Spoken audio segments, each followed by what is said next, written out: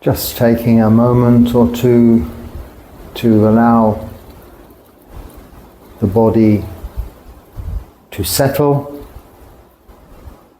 and relax, the mind to also settle and become calm before reflecting on the Dharma.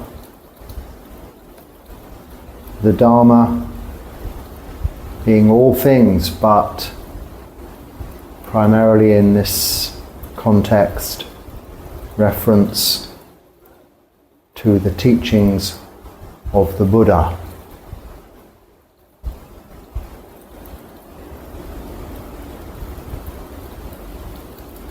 We don't need to go to the ends of the earth, to the far reaches of the universe,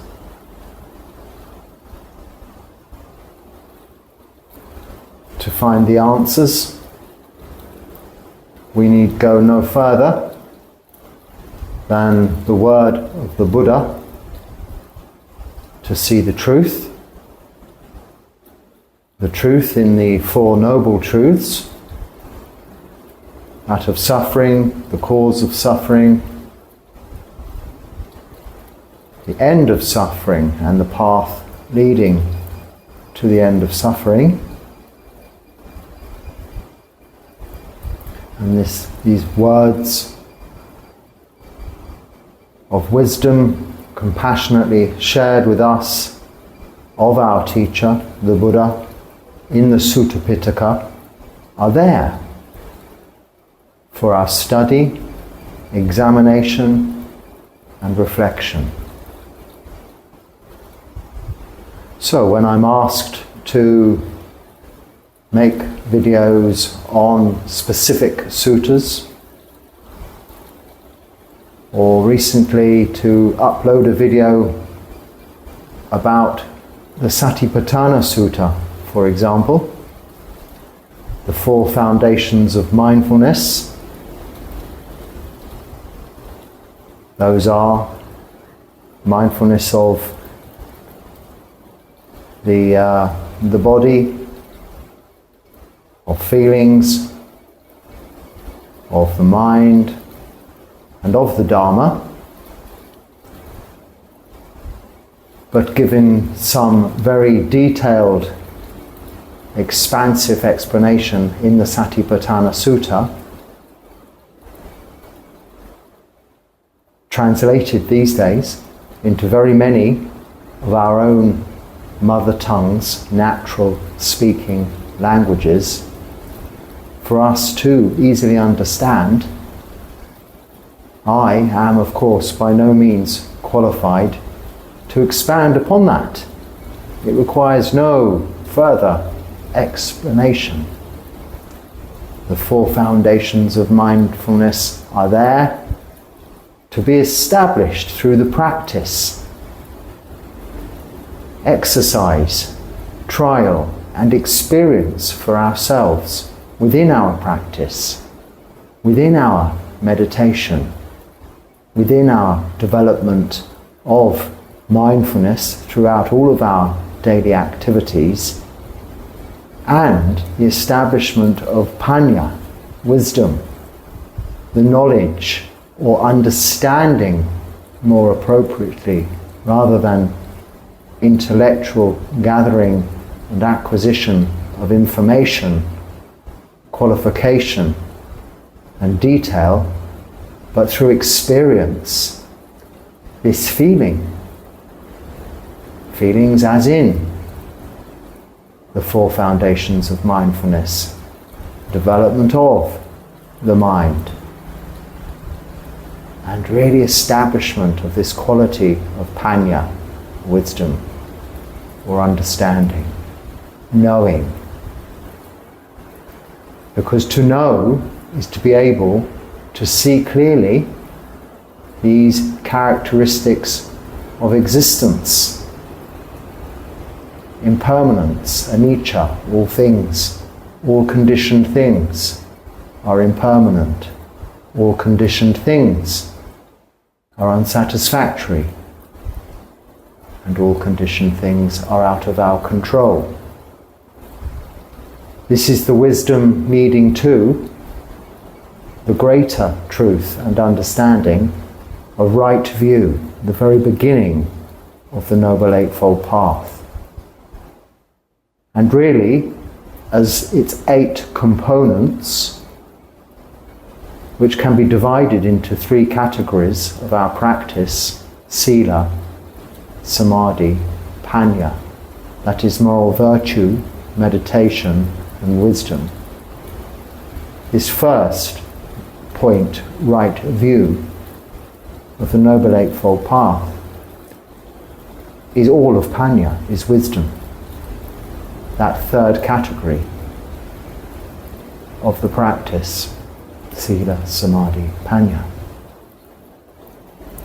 Then in the Noble Eightfold Path, which is coming straight from the Buddha himself, after his many years of ascetic practices, of trying all of what was available in respect of the multitude of choices of spiritual, from spiritually acclaimed teachers, traditions, religions of all kinds at the time of the Buddha, in his location in India. As of today also, there are so many options available, and no more so readily available and demonstrated than in a country like India, where there still are practices of what can be considered as somewhat of an extreme nature that the Buddha first did embark upon himself. Ascetic practices, tapas practices, to burn away our defilements, his defilements. He was, after all, an ordinary man in terms of physiology, and albeit through previous lifetimes, had built up tremendous qualities, attaining to ultimate Buddhahood as a result of this in very many past lifetimes, but nevertheless, with the determination and the strength of determination to go out from a comfortable existence into a very harsh environment of asceticism, to experience the reality of these truths of suffering, to try and identify and find its cause, and then recognize there can be an end of suffering, freedom from suffering, and to establish the path or the way, a method. Now, not a technique of escapism, not a technique of some form of yogic instruction or meditation that leads us away from reality, as is so often the understanding of this practice.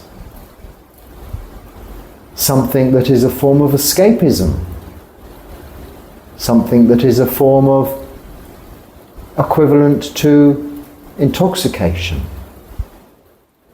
through immense joy and bliss, peace and love and harmony. All of these wonderful things that do come along with this practice eventually, but not easily, only through practiced determination and effort can we attain to these results. So we must first understand, we must first know what we are doing, why are we doing it, what is our aim. Are we trying to become Buddhists? Are we trying to become spiritual intellectuals? Are we trying to know more about Buddhism than anyone else?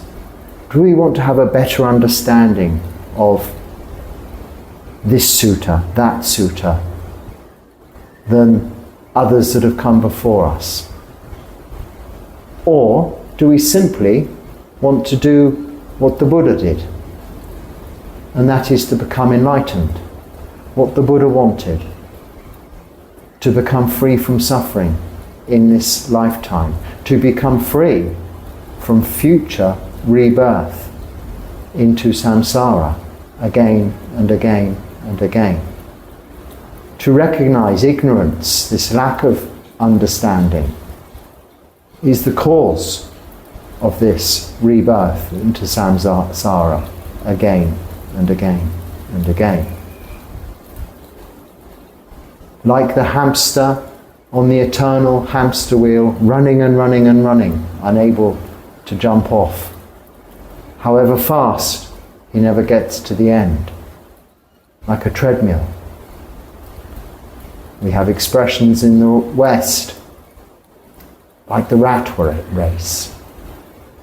As if we're a lot of rats racing, almost like ants also, on the motorway, to our workplaces each and every day. To achieve, to become better, to have this, to have that.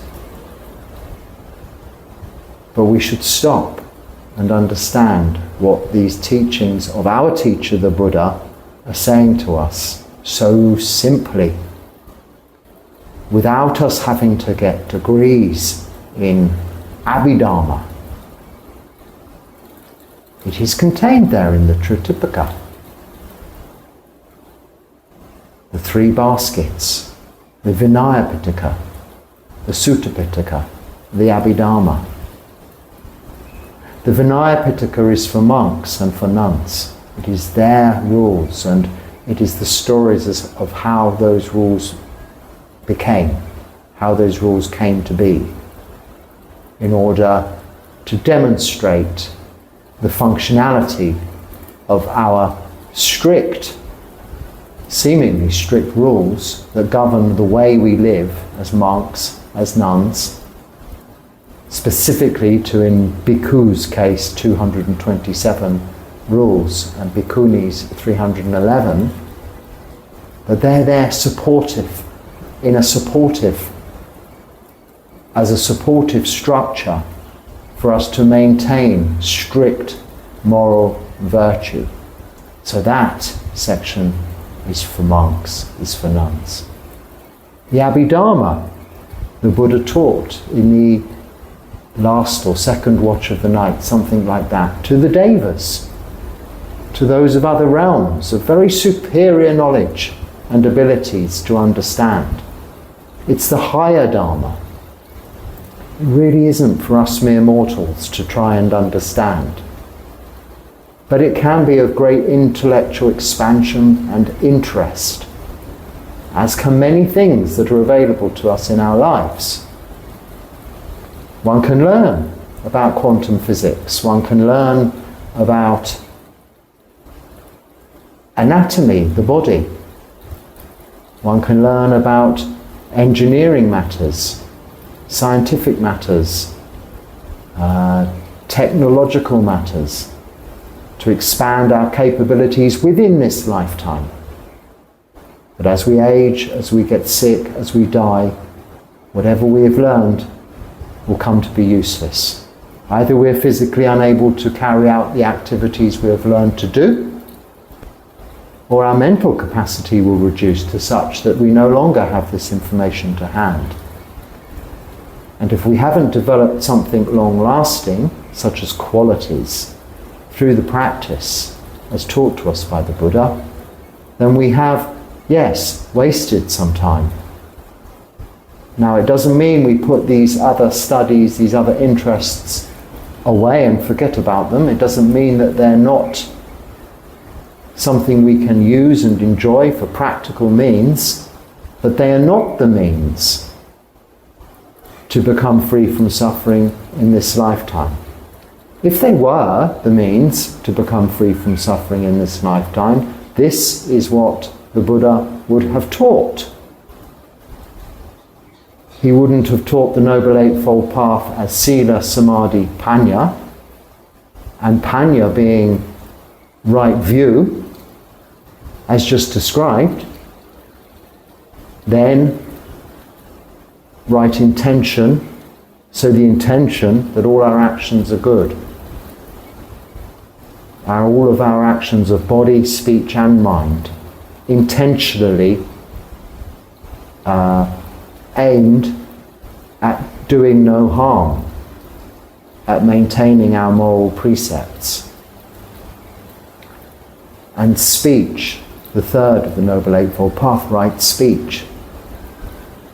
Speaking kindly, without a divisive nature, and truthfully. And right actions in what we do. Right livelihood.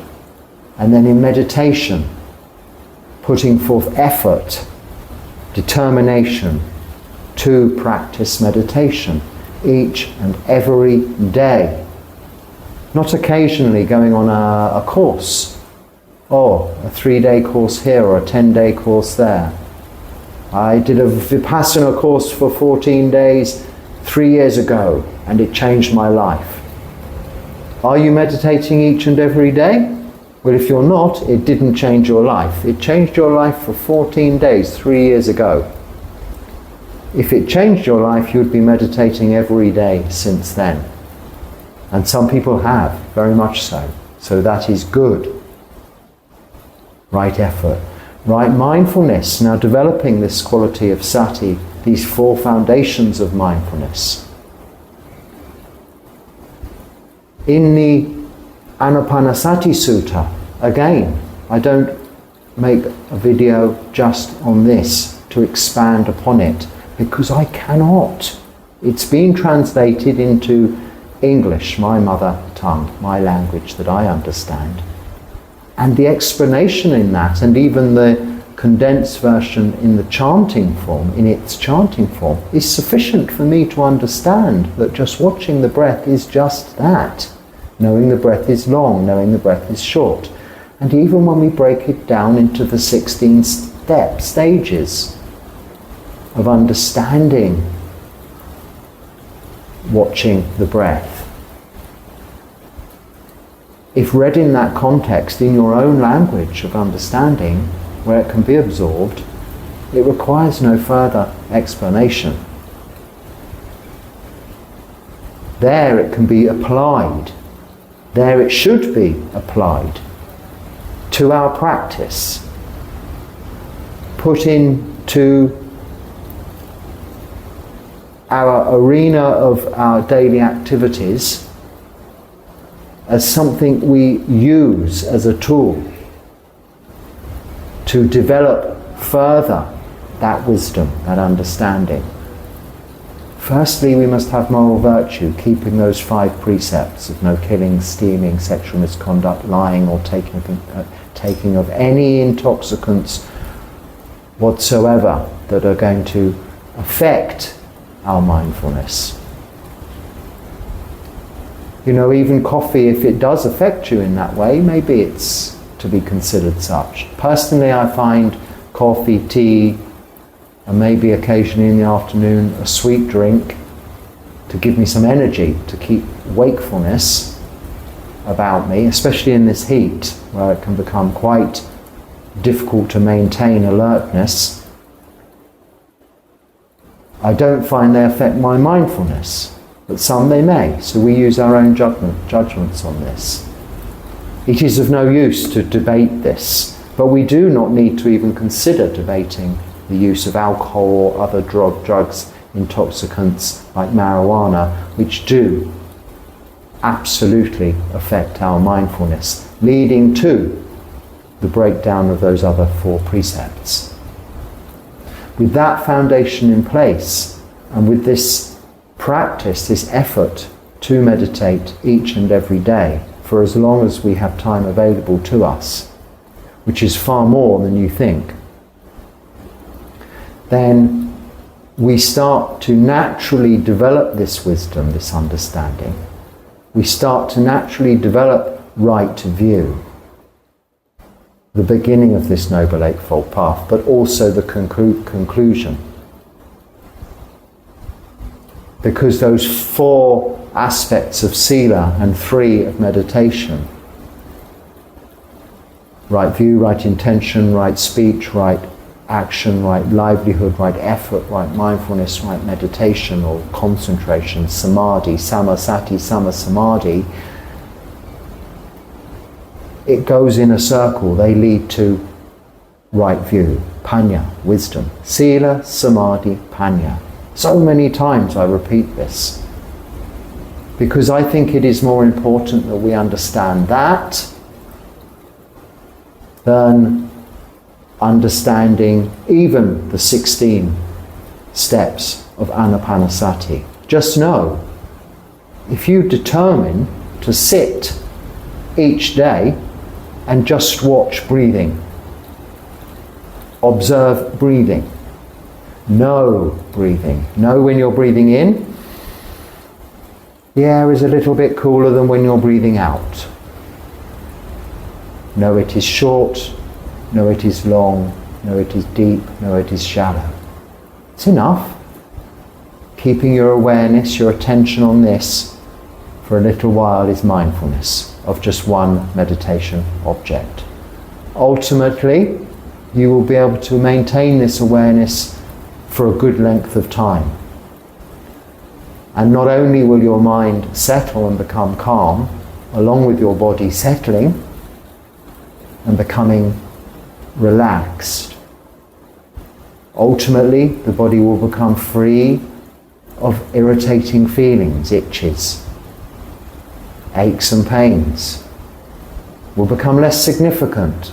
Maybe they won't disappear completely, but ultimately they will, as will all distractions from seeing, hearing, smelling, tasting and touching, and seclusion from the 5 hindrances, obstacles in our way to deep, absorbed states of samadhi, of sensual desire, wanting to satisfy insatiable cravings and thirst, of ill will, irrational disliking and hate.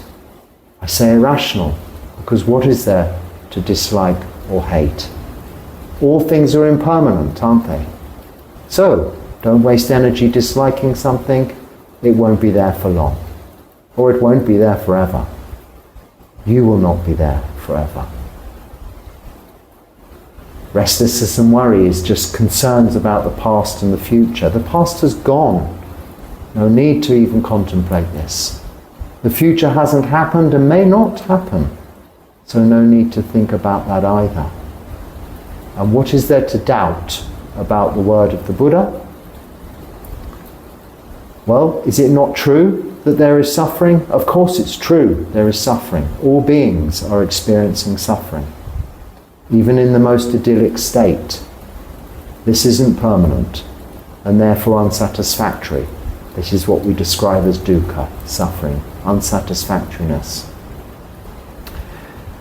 So do we throw the towel in and say, oh well, we just escape and become monks, we just escape and become nuns? Well no, because this isn't the way. It is not an escape. Becoming a monk, becoming a nun, is to face this understanding head on, to experience suffering. It takes some time to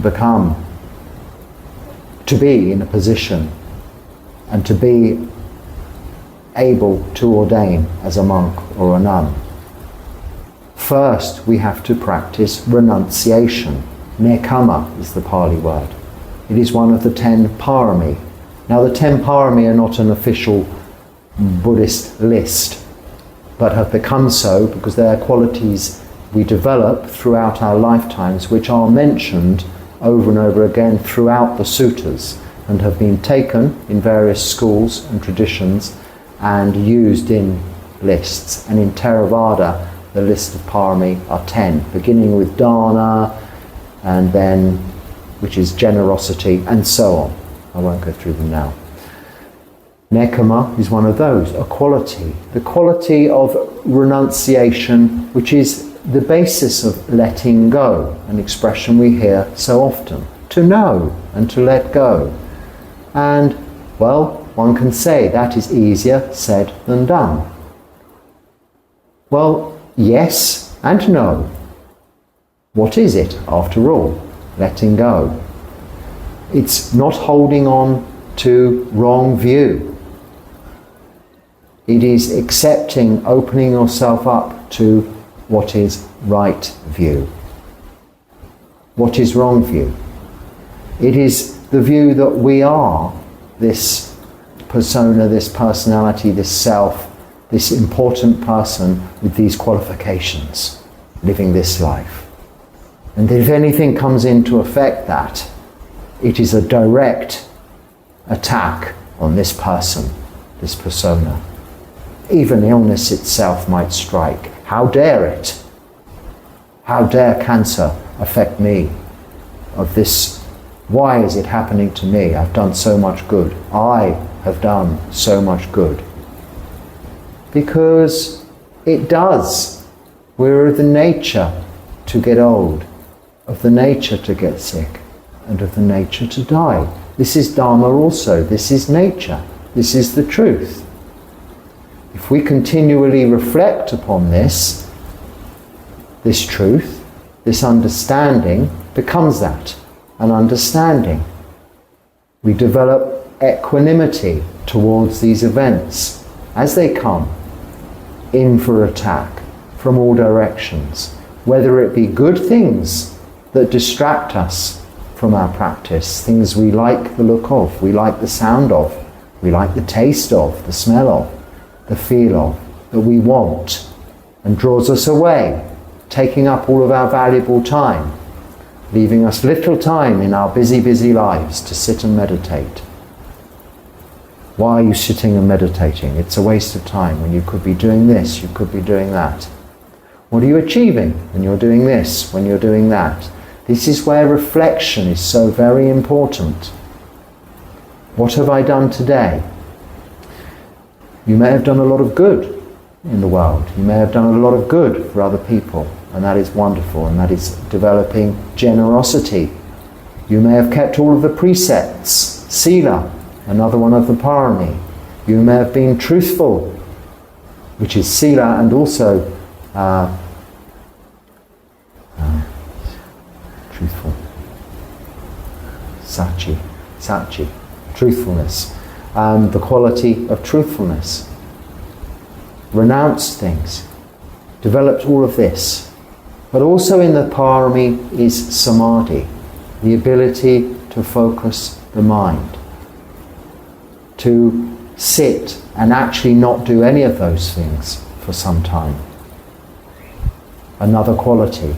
Now often that is left aside. People spend all of their time helping others, and there's nothing wrong with spending all of your time helping others, other than if you're spending all of your time helping others, you're not helping yourself.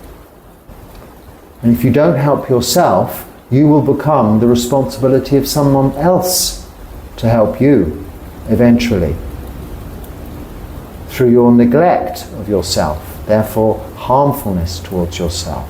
So we must begin with protecting, with looking after, being kind to ourselves, using self there in the conventional form for reference only. Not that this is a particular self, because we have understood the nature of this persona. Yes, I'm not saying this persona you're looking after, this self as in mind, as in citta, as in not what job you do, not what qualifications you have, not which country you live in, but that experiences all of this and that can develop these qualities, these wholesome qualities of mind, these virtuous qualities, sila, through this practice. Now, developing these can only be, in terms of Buddhism, through this practice, this Noble Eightfold Path. So when also people reference this practice, hearing the term meditation, with other forms of meditation from other religions. Or even when they reference, say, some of our chanting. We have chanting called paritas, which are known, that means protective chants. They are in fact reflections on the protective qualities that the practice endows upon us. And we can, by chanting those, share our aspirations, our wishes, good wishes, that others' illnesses clear up, they get better. We can share our wishes that others are healthy, do well in their careers, do well in their lives, in their family lives, and everything that happens to them is good. We can share that in these forms of chanting, but we're not praying to a higher power or a God or someone to provide that for them. We're hoping that by this reflection and this sharing of the reflection, they too will develop panya, wisdom, and the understanding to be able to help themselves. Now, if they have an incurable and terminal disease, they cannot cure this, however much chanting of paritas we do, but they can develop an understanding through our training and these reflections of the nature of life, existence, of unsatisfactoriness, impermanence, and it being out of our control. They can understand that all conditioned things are impermanent, unsatisfactory, and not self. And this helps develop equanimity, upekkha, the Pali word, the less negative reaction to an ailment, the better. The more negatively you react to an ailment, the more suffering from that ailment there is. Oh well, we've all got to die of something. May seem like a remiss and throwaway comment, but we have and we will. Once you know what it is you're facing, you know how you're getting to what the ultimate end is. As difficult as that might be to accept, because we all try to avoid that truth. The Buddha taught us to see that truth, to see how it isn't, after all, as frightening, as painful as at first it might appear. In fact, that part has already happened. You have been born. Now, if you don't believe in past lives, you were born into this life. You cannot doubt that. Now, that was a very traumatic and painful experience, not only for your mother, but for you. But our minds have a wonderful way of blanking out such traumatic and painful experiences. Some of us experience within our lives things that are painful and traumatic, and our minds blank them out, cannot remember them. We go unconscious, we're not aware. Birth is like that. We've suffered it once, we don't want to suffer it again. So this is why people become monks and nuns. To become enlightened, to realize the end of suffering within this lifetime, to attain to, firstly, the first stage of enlightenment, sotapanna, stream entry, then the second stage of enlightenment, sakadagami, once returner, then anagami, non-returner, and then arahant, the final stage of enlightenment. This returner, once returner, non-returner, the third stage, are referring to returning to the human realm. After you attain to the first stage of enlightenment, sotapanna, you will only be reborn in the human realm, up to a maximum of 7 times. Now, we don't want to be born an 8th time. We cannot. There is no 8th rebirth. So once we attain to sotapanna, we are assured. Now, this may require an element of belief. But ultimately, not so. Ultimately, you can experience this through your practice yourself.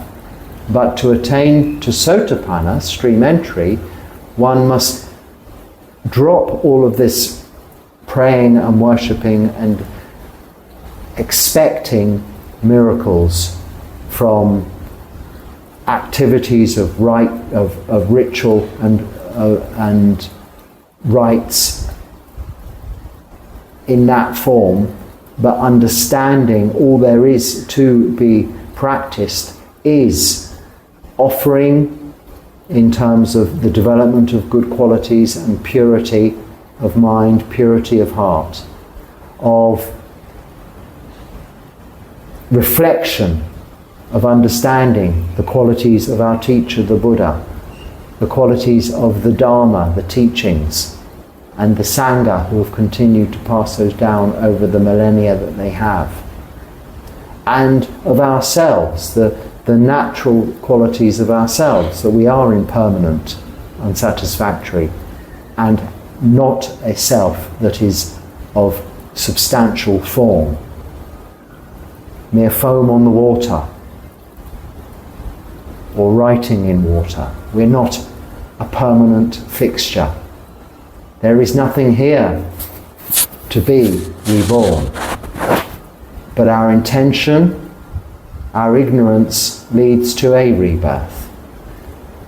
If we can drop rites and rituals, drop this understanding of personality that we've been brought up, bred to and educated to think is so important, and we develop this by following a path of renunciation, not necessarily the monastic route, but even through our own lay lives, in ordinary daily activities, there is plenty of room for nekkhamma, renunciation.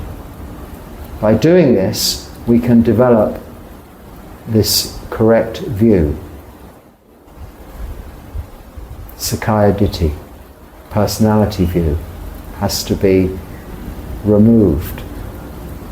And then also we'll have no doubt about the Four Noble Truths.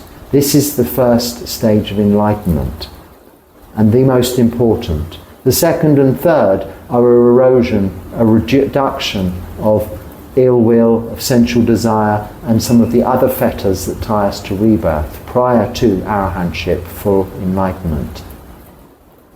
But to begin with, we must work on these very important factors.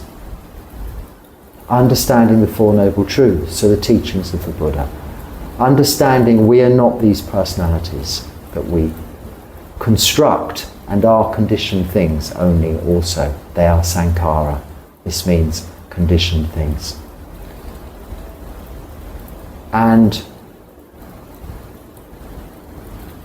what did I say? Right, I've lost which track, way round. Or when personality view, rites and rituals, and doubt. Doubt in the Four Noble Truths.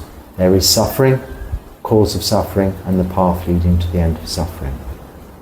Knowing this, not intellectually, but fully knowing that, means that you can compartmentalize your life structure within lay life without having to become a monk or a nun, but also find time to practice. And most importantly, find time for reflection. Now, this reflection doesn't have to just be in the form of chanting, which is a very useful way of reflecting upon the teachings of the Buddha, the qualities of the Buddha and the Sangha, and also our own qualities, but also a way of reflecting on the suttas and their teachings. But we also reflect on our own practice, how it is going. The foundations we base our practice on, sila, moral virtue. Are we keeping the precepts? Meditation, sila, samadhi, panya. Are we meditating? So ask yourself this question. This morning, did I meditate? And for how long? This evening, how long am I going to meditate for? These are the two most important questions you can ask yourself every day.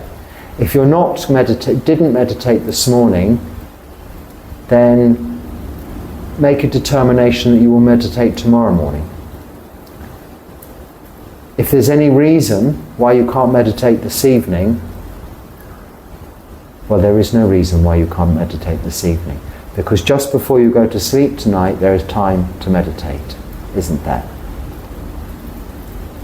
But I have to get up early. Well, it doesn't matter. An extra hour meditating prior to going to sleep is better for the body and better for the mind than that extra hour of sleep.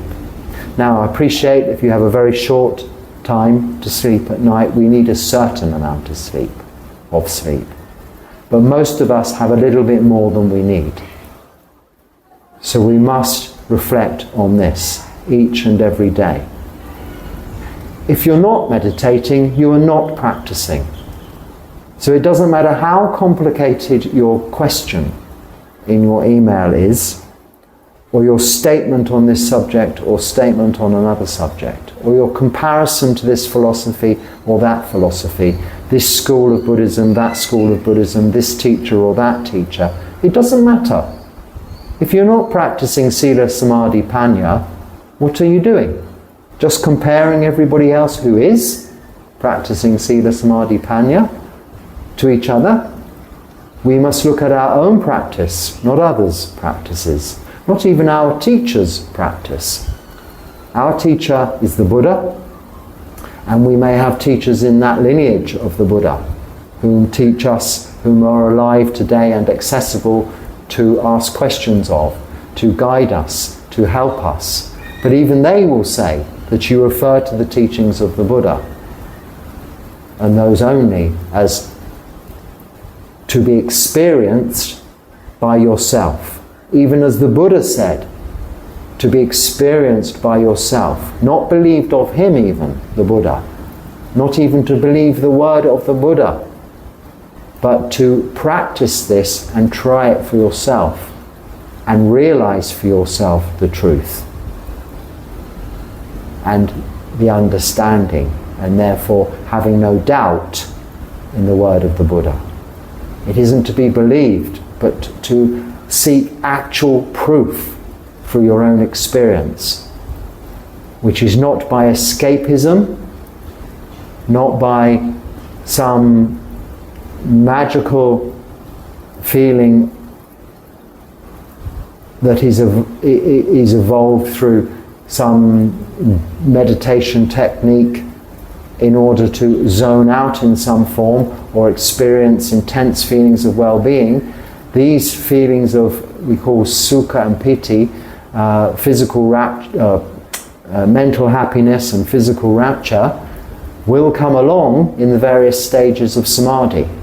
But they too are not to become attached to be let go of, because eventually in deep absorbed meditation, secluded from the five hindrances and all bodily feelings and ultimately thought, they will not be there either.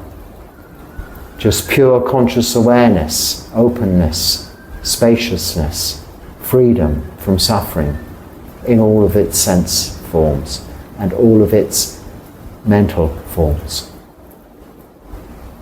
This is what we strive to attain. Not escapism, but understanding and knowledge through experience to release us from future rebirth and suffering within this very lifetime. That is the goal. This is how the Buddha taught us to do it. So it is this that we should be reflecting upon continually, each and every day. And if we're not meditating, then we should have no questions to ask. Questions relating to meditation, the practice in itself, yes. How to sit? Well, comfortably, so you can sit for a long time. Is it okay to move? No. Keep still. The only reason you want to move is because something's uncomfortable. Face it. Know it's uncomfortable. It eventually will go away. But establish a good, comfortable posture first. what to watch. Just breathing, it's fine. Yes, what about other meditation objects? How I've heard this, I've heard that. Just watch the breath. The breath is always with you. You're always breathing. You don't have to find it at a specific point at the end of your nose or on your top lip or behind your right ear. Just know you are breathing is sufficient. Know you are breathing deeply, or the breath is shallow. When the breath disappears, it's probably just mindfulness of the breath that's gone away.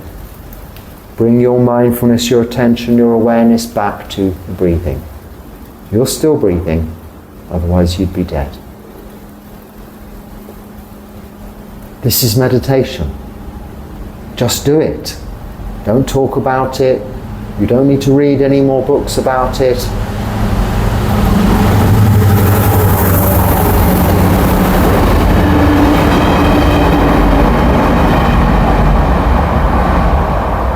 You just need to experience it. But not on a retreat, not for the one day a week. Every day. Every morning, every evening. And if you get the opportunity during your lunchtime, during your tea break, during the afternoon, you can also practice walking meditation. The Buddha taught that meditation can be in all four postures: sitting, standing, walking, lying down. But more productively for us in this day and age is to be sitting. And then walking can intersperse our sitting periods. If we can't sit for longer than half an hour, then sit for half an hour, walk for 10 minutes, and sit for another half an hour. This is what we should aspire to. Not intellectual knowledge, not whose teacher's better than, what method's better than this and that, and where to go in the world for all of this. Where to go in the world for all of this is here and now, wherever you may be at this moment. Turn off whatever you're watching this on and sit with your eyes closed, your hands in your lap, and do absolutely nothing, and see what happens to your mind. And if you want to run away and become a monk, you'll soon find that that's not running away from anything. That's taking everything that happens in your mind, putting it in a crucible, firing it all up, and making it very difficult indeed, because you are throwing yourself 100% into exposure. There's nothing left to distract you. No choice of clothes, how to do your hair, no choice of what you eat or what you drink, no entertainment. It's not sensual deprivation. There's much experiences in the different places where you stay, even in your own country that you're used to. You'll be facing in a community of monks and nuns, monks or nuns, wherever you go, whatever you are. You'll be facing community relationships. You may have many duties, many responsibilities. You may have less time for meditation than you had as a layperson. So as a layperson, make the very most of it. I was a lay practicing Buddhist meditator, perhaps I think even now still a little bit longer than I have been a monk meditator, and had to find time through renunciation, through giving up the things I like doing and simplifying my life, and then reducing the work I was doing, and therefore reducing the money I had to spend, but by simplifying my life, needing less, ultimately down to living for 3 years in just a van, not a camper van, not an Instagram version of van life, but a very austere existence. Tapas, if you like, this burning away of the defilements, greed, hatred and delusion that the Buddha began with.